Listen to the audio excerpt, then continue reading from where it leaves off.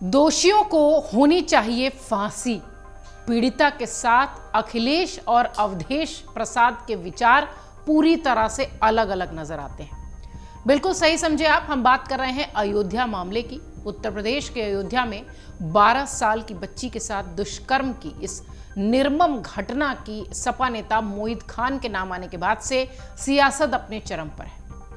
आलाकमान समाजवादी पार्टी के अखिलेश यादव और अयोध्या में बीजेपी को धूल चटाने वाले सपा सांसद अवधेश प्रसाद मतभेद में नजर आते हैं। इस मुद्दे को लेकर इन दोनों के विचार अलग अलग दिखाई पड़ते हैं।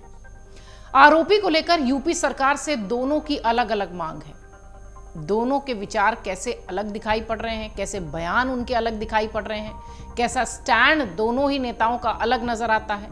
अखिलेश यादव ने पीड़िता को इंसाफ दिलाने के लिए डीएनए की क्यों मांग की है, अयोध्या केस में सीएम योगी ने क्या क्या कार्रवाई की है और अब तक आरोपियों को लेकर सजा का ऐलान क्यों नहीं हो पाया है, ये सब इन दिनों आम लोगों के जहन में जो ये एक तरीके से कह लीजिए कि एक बच्ची के साथ जो ये निर्मम घटना हुई है, उसके बाद से लगातार सभी इस सवाल के साथ सामने आ रहे हैं कि दरअसल आखिर क्यों ऐसा हो रहा है कि आरोपियों पर सजा का कोई ऐलान नहीं हो रहा, कोई जिक्र नहीं हो रहा।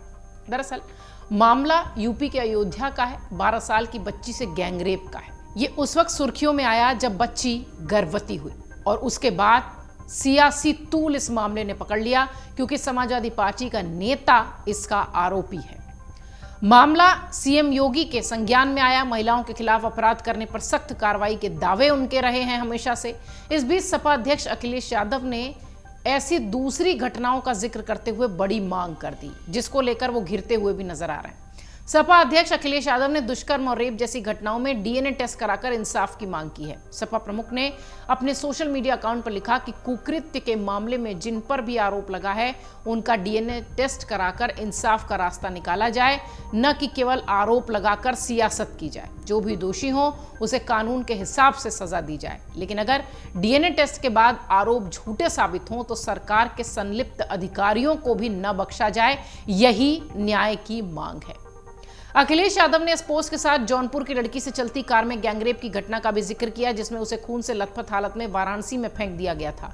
लड़की का यह आरोप है कि 3 बदमाशों ने उसका अपहरण किया, उसके बाद उसका गैंगरेप किया और उस मामले को कोट करते हुए अखिलेश यादव ने अपनी सोशल मीडिया पोस्ट की और एक मांग की। वहीं इस पूरे मामले में सपा के ही सांसद अयोध्या से जीत कर आने वाले अवधेश प्रसाद का कहना है कि जो भी आरोपी हो उसे कड़ी से कड़ी सजा मिलनी चाहिए। आरोपी को फांसी की सजा होनी चाहिए। आरोपी के लिए क्या मांग कर रहे हैं अवधेश प्रसाद, ये सुनिए और तय करिए कि कैसे अखिलेश से अवधेश प्रसाद के बयान अलग अलग दिखाई पड़ते हैं, मत अलग अलग नजर आते हैं। हाँ सुनिए सुनिए, हाँ अयोध्या का जो मामला है जी बहुत ही दर्दनाक है, शर्मनाक है और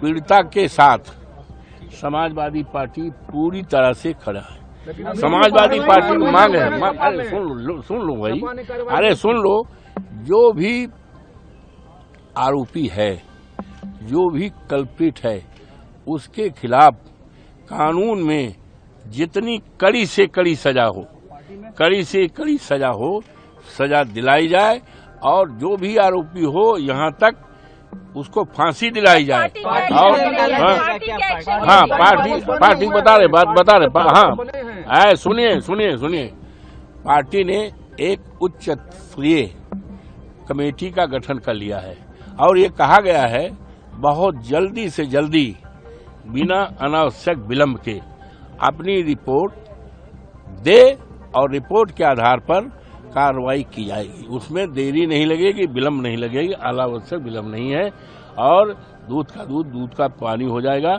और समाजवादी पार्टी की मांग है, समाजवादी पार्टी की मांग है कि सरकार की तरफ से उसके परिवार को सुरक्षा दी जाए, उसको सुरक्षा दी जाए, उसको स्वास्थ्य की रक्षा की जाए और कम से कम 20 लाख रुपए दिया जाए। आपने अगर सवाल किया तो आप भी उस पर जवाब देने। अवधेश प्रसाद को सुना आपने और अखिलेश यादव की सोशल मीडिया पोस्ट और उनका बयान, दोनों के बयान में, दोनों की मांग में, दोनों के जेस्चर में अंतर दिखाई पड़ रहा है। खैर, सीएम योगी की बात करें तो आरोपियों के खिलाफ किस तरह की कार्रवाई हुई है ये भी आपको बता दें। इस पूरे मामले पर संज्ञान लेते हुए सीएम योगी आदित्यनाथ ने बड़ा एक्शन लिया है। सीएम योगी ने अयोध्या रेप पीड़िता की मां से मुलाकात की, आरोपियों के खिलाफ कड़ी कार्रवाई का भरोसा दिलाया। इस पूरे मामले में 2 पुलिस वालों को फिलहाल सस्पेंड किया गया है। रेप के मुख्य आरोपी मोईद की संपत्तियों की भी जांच शुरू हो गई है। अयोध्या रेप केस में नए अपडेट्स नित दिन सामने आ रहे हैं। 2 पुलिस वालों को सस्पेंड किया गया। अयोध्या के भदरसा में हुए रेप कांड के बाद बड़ी कार्रवाई हुई। पीड़ित किशोरी की मां के योगी आदित्यनाथ से मुलाकात करने के बाद कार्रवाई और तेज होती दिखाई पड़ रही है। पुराकलंदर थाना अध्यक्ष रतन शर्मा और भदरसा चौकी इंचार्ज अखिलेश गुप्ता दोनों ही सस्पेंड हैं। पुलिस वालों पर यह एक्शन त्वरित कार्रवाई न करने और मुकदमा दर्ज करने में देरी के कारण किया गया है।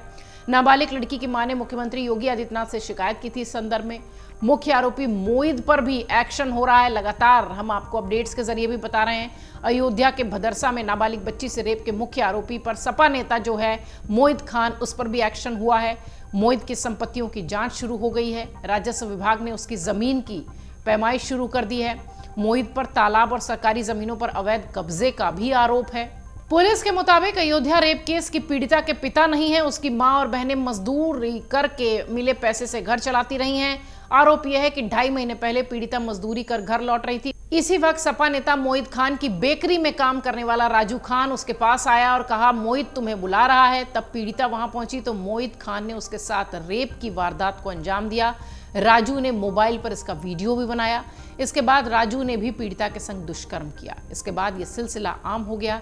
लगातार पीड़िता के साथ दोनों रेप करते रहे और 2.5 महीने 3 महीने बाद जब बच्ची गर्भवती हुई है तब ये मामला सामने आया है।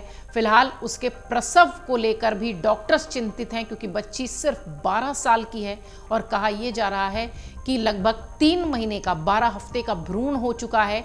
इस उम्र में उसका प्रसव कराना या फिर इस वक्त अबॉर्शन कराना दोनों ही खतरे के, बच्ची की जान के खतरे के लिए लिहाज से भी देखा जा रहा है। लेकिन इन सब के बीच लगातार सियासत अपने चरम पर है। ऐसे कुकर्म के बावजूद भी जमकर सियासत हो रही है और पीड़िता और उसकी मां को इंतजार है तो न्याय का। अगर आप ये वीडियो YouTube पर देख रहे हैं तो हमारे चैनल को सब्सक्राइब करें और बेल आइकन को दबाना ना भूलें। अगर आप Facebook पर ये वीडियो देख रहे हैं तो हमारे पेज को लाइक करें।